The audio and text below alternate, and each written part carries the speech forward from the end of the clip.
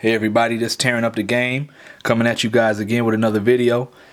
Today I'm going to talk about lighters. I'm talking about why I chose this cheapo lighter over this Bic lighter. You know, and a lot of people, they praise Bic lighters.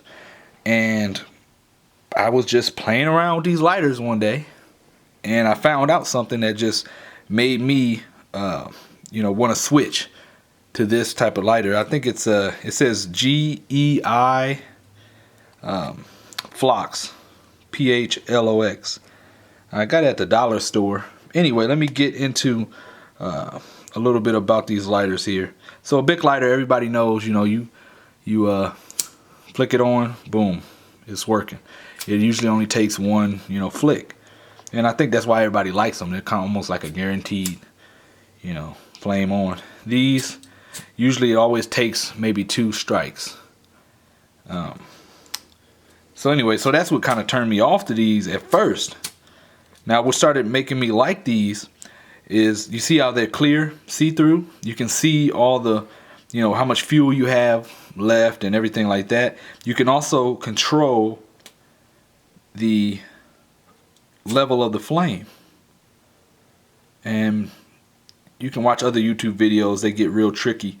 They can make the flame like really go up. That even those aren't the reason why I decided to switch. So anyway, let's get into it. You can see there's a glass of water here, so you can probably guess what's about to happen.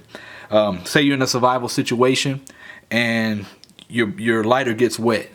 Well, with Bic lighters, you saw that they both light up right now pretty easily.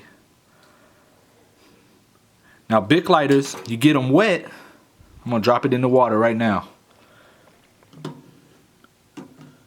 can go ahead and get a side view so you know. So I'm soaking it in there, let all the bubbles come out. Okay, so Bic lighters wet. Can't light it, right? So what you do is you try to dry it real quick. How do you do that? You blow on it. So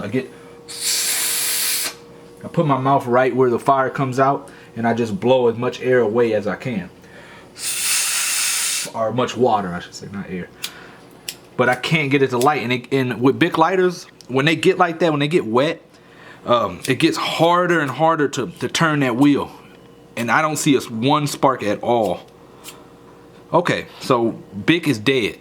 Now from my experience, it usually takes about 30 minutes or more for this thing to dry out, even from you blowing it and everything else, before it would act normal and light up. Survival situation, that's pretty bad, especially if it's raining real bad.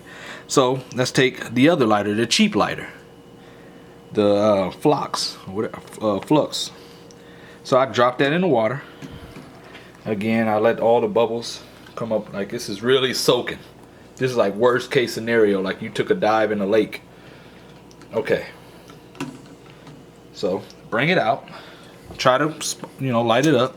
As you can see, it's not lighting. It's not gonna light. So now I do exactly what I did with the Bic. I try to get it to light like you would. You blow all the water you can away from the flint.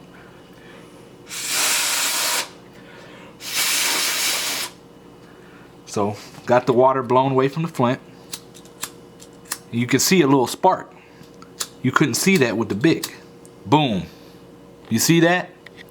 That right there is why I chose this cheapo lighter over Bic.